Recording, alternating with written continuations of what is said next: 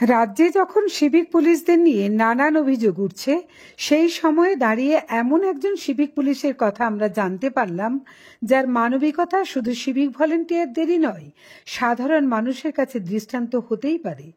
যখন চারিদিকে রক্ত সংকটের কারণে মুমূর্ষু রোগীদের জন্য এক ফোঁটা রক্ত জোগাড় করতে হিমশিম খেতে হচ্ছে রোগীর পরিবারদের, সেখানে পশ্চিমবঙ্গ রাজ্য ছাড়াও বাইরের রাজ্যের মানুষের রক্তের ব্যবস্থাও করে দিচ্ছেন একেবারেই বিনামূল্যে। তিনি হলেন খানাকুল থানার প্রণবেশ জানা, পেশায় একজন সিভিক ভলেন্টিয়ার। ইনি নিজের কর্মজীবনের দায়িত্বের সাথে সাথে সেই দায়িত্ব সামলেই মানুষের জন্য দিনে রাতে ছুটে যাচ্ছেন, যার যেখানে বিপদ হোক না কেন, শুধু শোনাটুকুরই অপেক্ষা।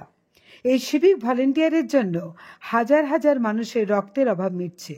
শুধু তাই নয়, 2024-এ খানাকুলে যে ভয়াবহ বন্যা পরিস্থিতি তৈরি হয়েছে, বন্যার দিন থেকে নিজের উদ্যোগে কিছু বন্ধু এবং ভাইদের নিয়ে সকাল থেকে রাত পর্যন্ত বন্যায় ত্রাণ দেওয়া থেকে শুরু করে উদ্ধার কাজ করে যাচ্ছেন এই সিভিক ভাই ও তার টিম। আরামবাগ টাইমসের পক্ষ থেকেও জানাই তাকে অজস্র ধন্যবাদ। ভালো থাকুন প্রণবেশ জানা।